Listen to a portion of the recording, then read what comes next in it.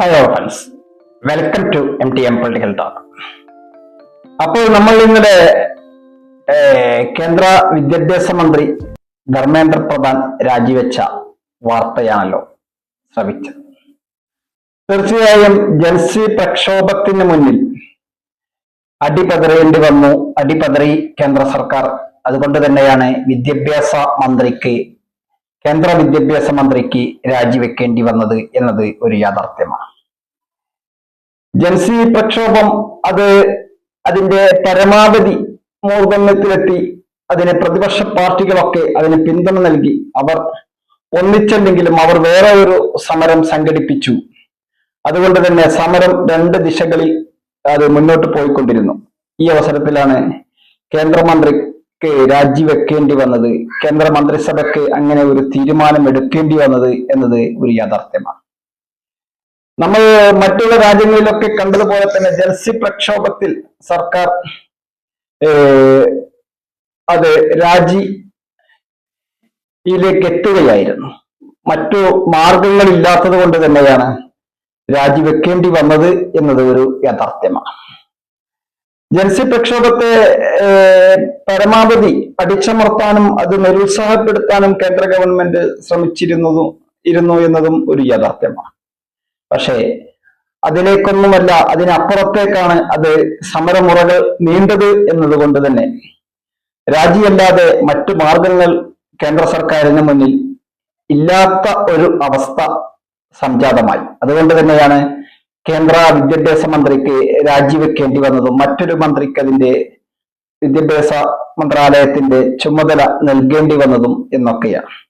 രാജ്യത്തിന്റെ പ്രതിപക്ഷ നേതാവ് ശ്രീ രാഹുൽ ഗാന്ധി നേതൃത്വത്തിൽ അവസാന ദിവസങ്ങളിൽ സമരം ശക്തിപ്പെട്ടതോടെയാണ് കേന്ദ്ര ഗവൺമെന്റിന് ഇതിൽ മുട്ടുമടക്കേണ്ടി വന്നത്. കേന്ദ്ര ഗവൺമെന്റ് അത് CJPയുമായി പല കോംപ്രമൈസ് ചർച്ചകളും നടത്തിയെങ്കിലും സമരം മറ്റു ദിശകളിലേക്കും രാജ്യത്തിന്റെ വിവിധ ഭാഗങ്ങളിലേക്കും വിവിധ സിറ്റികളിലേക്കും വിവിധ സംസ്ഥാനങ്ങളിലേക്കും അത് പടർന്നുകൊണ്ടിരിക്കുന്നു എന്നത് യാഥാർത്ഥ്യം തിരിച്ചറിഞ്ഞത് കൊണ്ട് തന്നെയാണ് രാജിയിലേക്ക് എത്തിയത്.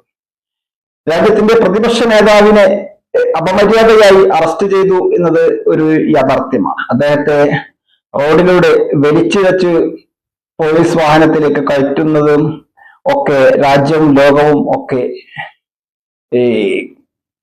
കണ്ണുവെട്ടാതെ നോക്കിക്കൊണ്ടിരിക്കുകയായി. അത് ഒരു അപമര്യാദയായ പെരുമാറ്റം തന്നെയാണ് ഡൽഹി പോലീസിന്റെ ഭാഗത്തു നിന്നുണ്ടായത് എന്നതും ഒരു യാഥാർത്ഥ്യമാണ്. ഇതൊക്കെ സമരത്തിന്റെ രൂപവും ഭാവവും മാറ്റങ്ങൾ കൊണ്ടുവന്നു. അമിതമായ ഇടപെടൽ മൂലം സമരത്തിന്റെ രൂപത്തിലും ഭാവത്തിലും വന്ന മാറ്റങ്ങൾ തന്നെയാണ് അവസാനം അത് രാജിയിലേക്കും എത്തിയത് എന്നതും ഒരു യാഥാർത്ഥ്യമാണ്. ഇങ്ങനെയൊക്കെയാണ് അവസാനം കേന്ദ്രമന്ത്രി വിദ്യാഭ്യാസ മന്ത്രിക്ക് രാജിവെക്കേണ്ടി വന്നതും എന്നത് തന്നെയാണ്. അപ്പോൾ ഈ സമരത്തിൽ നിന്ന് നമുക്ക് മനസ്സിലാക്കാനുള്ളത് കൂട്ടായ ഒരു സമരം അത് വിജയം കാണുക തന്നെ ചെയ്യും എന്നതാണ് അതിന്റെ യാഥാർത്ഥ്യം. കൂട്ടായ ഒരു സമരം എവിടെ നടന്നാലും അത് വിജയത്തിലേക്ക് എത്തും എന്നതും ഒരു യാഥാർത്ഥ്യമാണ്. ആ വിജയം തന്നെയാണ് ഡൽഹിയിലെ ജൻസി പ്രക്ഷോഭത്തിൽ പ്രതിപക്ഷ പാർട്ടികൾ ഒന്നടങ്കം അതിന് പിന്തുണ പ്രഖ്യാപിച്ചപ്പോൾ അതിന്റെ വിജയം കാണാൻ, വിജയത്തിലേക്ക് എത്താനും അത് പ്രേരിപ്പിച്ചത്. അത് കേന്ദ്രമന്ത്രിയുടെ രാജിയിലേക്കും ആ ജൻസികൾ അല്ലെങ്കിൽ പ്രതിപക്ഷ പാർട്ടികൾ ഉന്നയിച്ച ആവശ്യത്തിലേക്ക് അത് എത്തപ്പെട്ടത്. തീർച്ചയായും നീറ്റ് പരീക്ഷയെ സംബന്ധിച്ചിടത്തോളം നമ്മുടെ കുട്ടികളുടെ ഭാവിയാണ്. ആ ഭാവിയാണ് തുലാസിലായത്. അപ്പോൾ അതിനെതിരെയാണ് ഡൽഹിയിലും മറ്റു സിറ്റികളിലും ഒക്കെ സമരമുറകൾ തന്നെ അരങ്ങേറിയത്. ഏതായാലും ആ സമരമുറകളൊക്കെ തന്നെ വിജയം കണ്ടു. അതുകൊണ്ട് തന്നെയാണ് ഒരു മന്ത്രി സ്ഥാനം രാജിവെച്ചത് കൊണ്ട് എന്ത് സംഭവിക്കുമെന്ന് ചോദിച്ചാൽ പറയത്തക്കതൊന്നും സംഭവിക്കാൻ പോകുന്നില്ല. എന്നാലും അതിന്റെ ഉത്തരവാദിത്വം ആ വകുപ്പ് കൈകാര്യം ചെയ്യുന്ന ആൾക്ക് തന്നെയാണ് എന്നതാണ്. അതാണ് നമ്മൾ മുന്നേ ഒക്കെ മന്ത്രിമാർ രാജിവെച്ചത് അതുകൊണ്ട് തന്നെയാണ്. അല്ലാണ്ട് ഒരു മന്ത്രിയുടെ കൈകളിലൂടെ മുഴുവൻ കാര്യങ്ങൾ നടക്കുന്നത് അതൊരു സിസ്റ്റമാറ്റിക് സിസ്റ്റമാണ്. അപ്പോൾ ആ സിസ്റ്റമാറ്റിക് സിസ്റ്റത്തിന്റെ ഹെഡ് അത് കൈകാര്യം ചെയ്യുന്ന ആൾക്ക് തന്നെയാണ് അതിന്റെ ഉത്തരവാദിത്വം എന്നത് ഒരു യാഥാർത്ഥ്യമാണ്. ആ യാഥാർത്ഥ്യം തിരിച്ചറിഞ്ഞുകൊണ്ട് തന്നെയാണ് കേന്ദ്രമന്ത്രിക്ക് രാജിവെക്കേണ്ടി വന്നതും.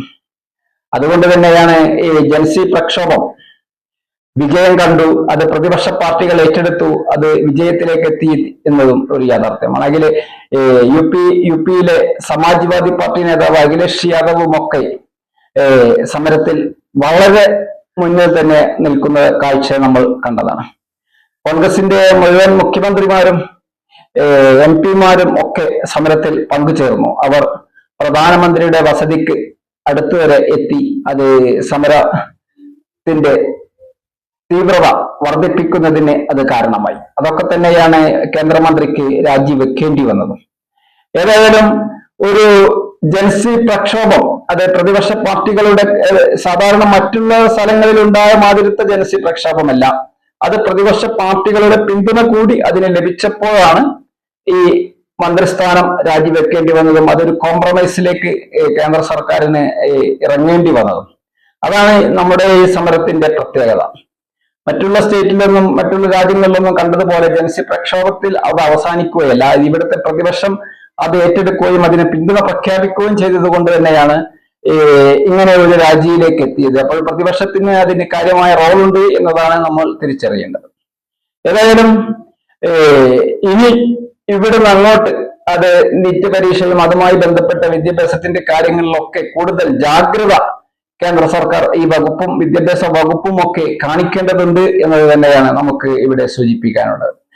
ഒരു രാജിവെച്ചത് കൊണ്ട് അത് അവസാനിക്കുന്നില്ല. ഇനി വരുന്ന പരീക്ഷകളിലും ഇനി വരുന്ന തീരുമാനങ്ങളിലുമൊക്കെ വളരെ ജാഗ്രത കാണിക്കേണ്ടതുണ്ട്. സീക്രട്ടായ കാര്യങ്ങൾ സീക്രട്ടായി തന്നെ മുന്നോട്ട് പോകേണ്ടതുണ്ട്.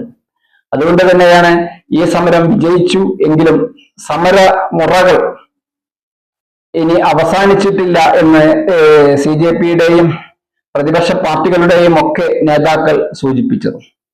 ഏതായാലും ഒരു ജൻസി പ്രക്ഷോഭം അത് പ്രതിപക്ഷ പാർട്ടികളുടെ പിന്തുണയോടുകൂടി വൻ വിജയത്തിലെത്തി എന്നത് തന്നെയാണ് ഇതിന്റെ യാഥാർത്ഥ്യം. അപ്പോൾ കേന്ദ്ര മന്ത്രിസഭക്കും കേന്ദ്രം ഭരിക്കുന്ന സർക്കാരുകൾക്കും ഒക്കെ അവരുമായി ചർച്ച നടത്തേണ്ടതായും അവർ ഉന്നയിച്ച ആവശ്യങ്ങൾ അംഗീകരിക്കേണ്ടതായും വന്നു. അത് ഒരു പ്രക്ഷോഭത്തിന്റെ ഒരു സമരത്തിന്റെ വിജയം എന്ന് തന്നെയാണ് ഇവിടെ അവകാശപ്പെടാനുള്ളത്. ഏതായാലും ഈ വീഡിയോ മുഴുവനായും വീക്ഷിച്ച താങ്കൾക്ക് നന്ദി. ചാനൽ സബ്സ്ക്രൈബ് ചെയ്തില്ലെങ്കിൽ സബ്സ്ക്രൈബ് ചെയ്യുവാനും അഭിപ്രായ നിർദ്ദേശങ്ങൾ എന്താണെങ്കിലും കമന്റ് ബോക്സിൽ രേഖപ്പെടുത്തുവാനും ലൈക്ക് ചെയ്യാൻ ഓർപ്പിക്കാനും അടുത്തൊരു വീഡിയോയുമായി വീണ്ടും കണ്ടുമുട്ടാം. നന്ദി, നമസ്കാരം.